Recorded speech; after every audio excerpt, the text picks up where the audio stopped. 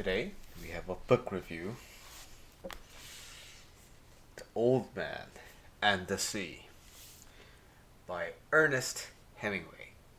Very, very famous book, and it was not that long, and very impactful book.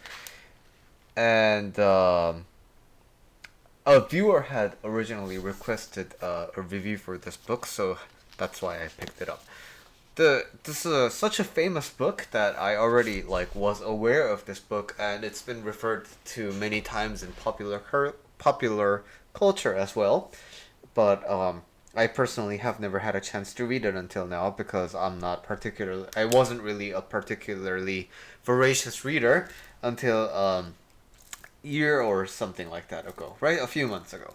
And because now I picked up this reading habit, once I kind of got into the story, it was a fairly quick read, but because it's such a kind of a succinct, kind of a documentary kind of a piece of work, there's a lot of things to kind of unpack from this book. But my intent for this video isn't to go into depth about what each part of the book really symbolizes, because that's up to I think a lot of other literally analysis channels would have done a much better job than I ever could, because I'm not a literary critic of any kind. But I'm a life coach and I talk a lot about life, so two things primarily I want to discuss about this book. Number one is I think this book is kind of like a mirror. It serves that mirroring purpose really well. By what I mean by that is, if your outlook on life is that it's a depressing and that it's a inherently void and empty thing, then what you will get out of this book is that worldview. If you believe that mankind is, always looking for the next frontier, we're always up for the challenge, we're always trying to, improve, and if you believe in the infinite potential of the human being and the human mind, that's sort of what you see in this book, right? The book is, like I said before, written much like a documentary. Its style is not trying to be flamboyant or grandiose and describing the scenery and everything like that. It's more like, hey, yep, so old man did this, he said this, and the lion had this, and then the fish did this, and so on. The prose is mainly, the writing is generally like that, but like actual documentaries or like actual real life conversations and experiences, you get what you see out of it, right? And I think this book serves that purpose very, very well, because I think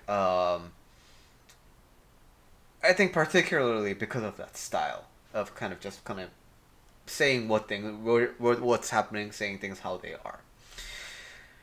So I think if your outlook, whatever whatever perspective, whatever feeling you get as a result of reading this book, I think that is more or less going to be your outlook on life.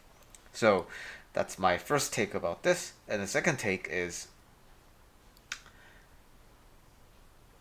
what I think this book really demonstrates is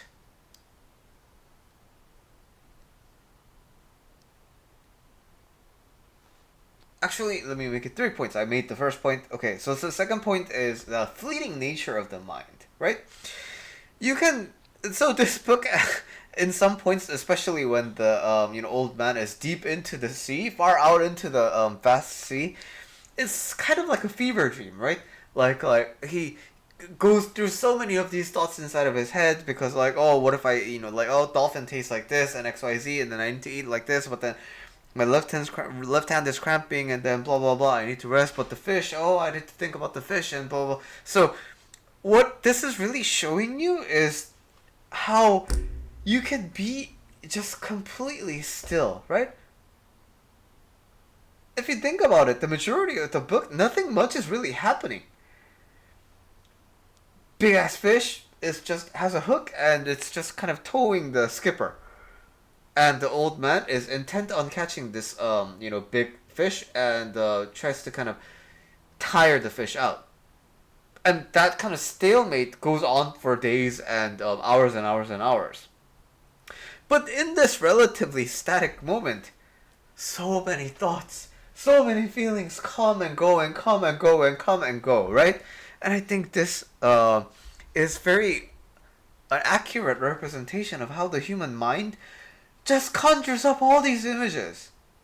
And when you meditate, you will sort of get a feeling of what this is like. Because in meditation, all you're doing is just sitting down. You're in a quiet room where there's no distractions. You're closing your eyes and you basically shut down all the senses. And even in that situation, so many thoughts are gonna just organically rise up and die down, rise up and die down, rise up and die down. And with enough of that kind of an experience, you get to first-hand experience how, wow, I thought all these thoughts and feelings that I feel were very valid and they all had like a legitimate reason and there was a weight on them and that I needed to respect them. But the more you meditate, the more you realize that your thoughts are just kind of like something that just pops up for no reason. And so there's something that I found deep in meditation is that there's really no differentiation between an intentional thought and an unintentional thought. Thoughts and feelings are just gonna rise up depending on the stimulus. It's like a wind blows this way, then the wave is gonna go wave that way. The wind blows that way, then the wave is gonna go that way. It's just as simple as that.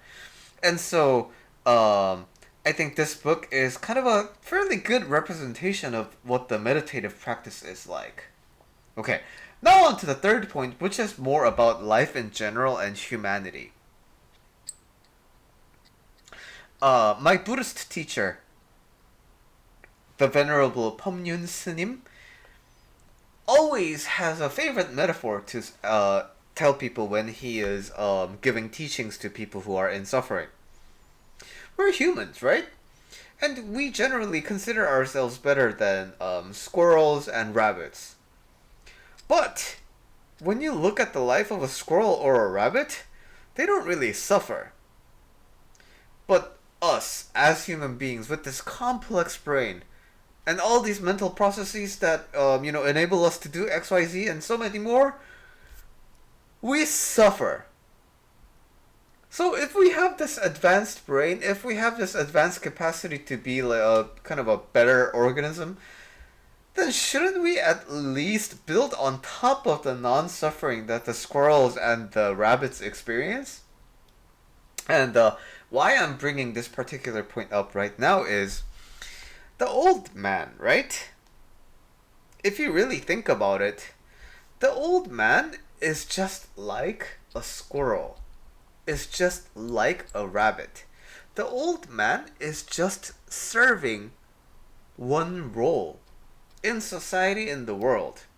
As a fisher, as a potential mentor for the boy. To be completely honest with you, I think the boy is a symbolism for his youth. But anyway, the old man is kind of like a part in this vast ecosystem. Just like how squirrels are. Squirrels aggregate the acorns for their food. And then the acorns become something and then it helps spread the ecosystem, right?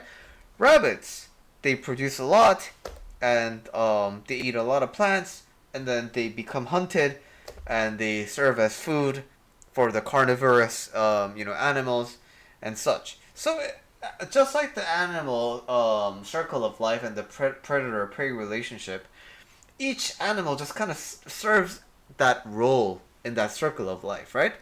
And if you really think about it, the old man is kind of doing that too. Because there's nothing really telling the old man to continue to be a fisher, right? And there's nothing stopping the old man from not being this particular type of big game fisher, right? The boy earlier in the book always keeps telling the old man, hey, like, can I get you this, can I get you that, and just try to give the old man kind of a more comfortable life. But the old man is kind of stubborn, right? And what can be seen as stubborn is basically like There's this grand force of life that keeps him moving into that direction. So what I'm saying is, as a person, as a character, as this individual, this old man is kind of not that different from a squirrel or a rabbit, as in he's just performing one role in the grand circle of life.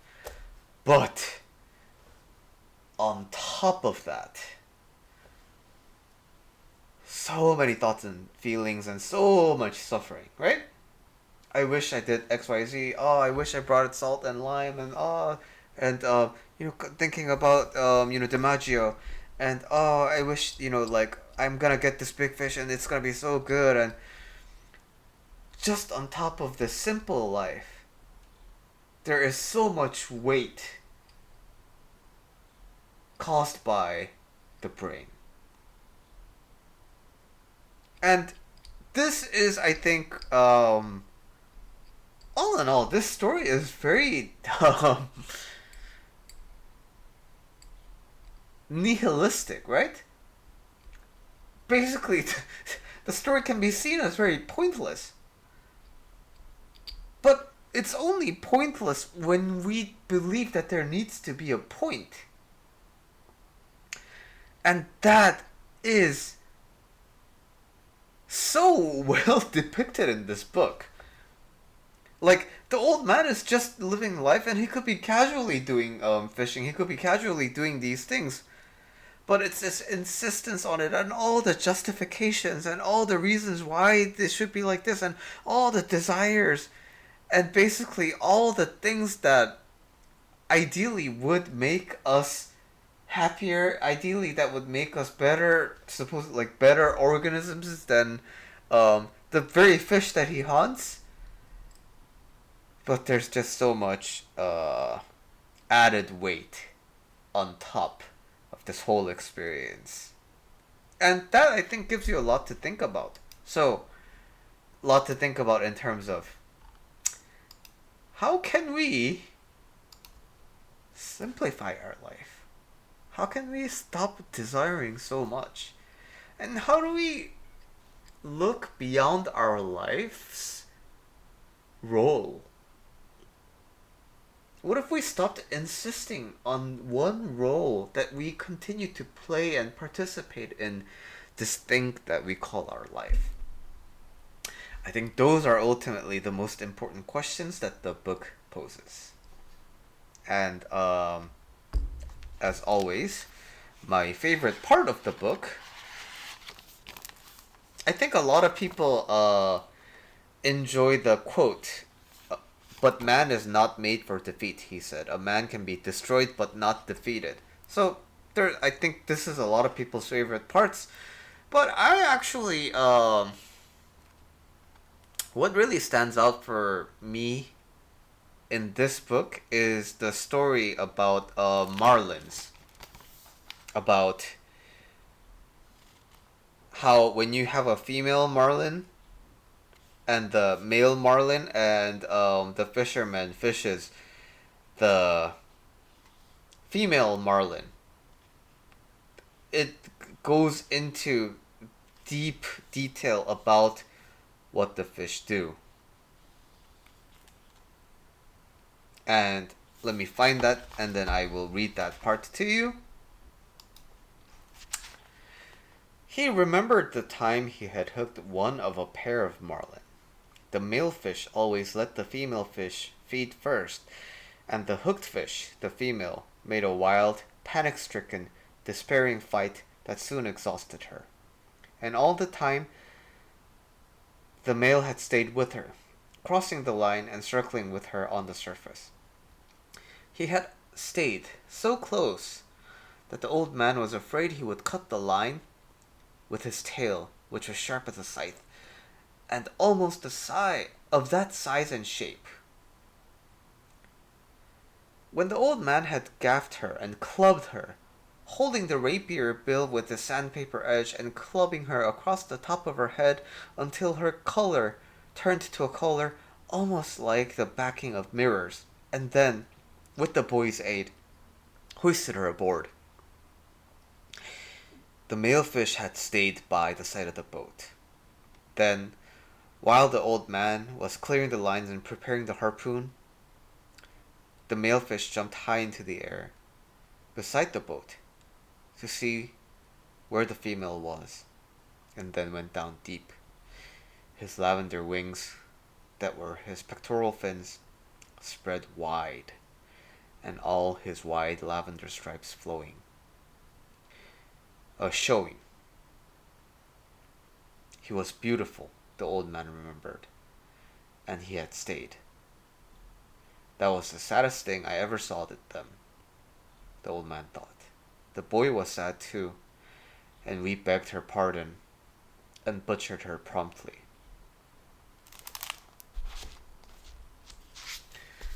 That passage, I think, also gives you a lot to think about. Alright, well, that was my review of this book, The Old Man and the Sea. Thank you to my friend Matthias Garay for recommending me this book. And now, on to some Buddhist sutras and some Hawaiian huna.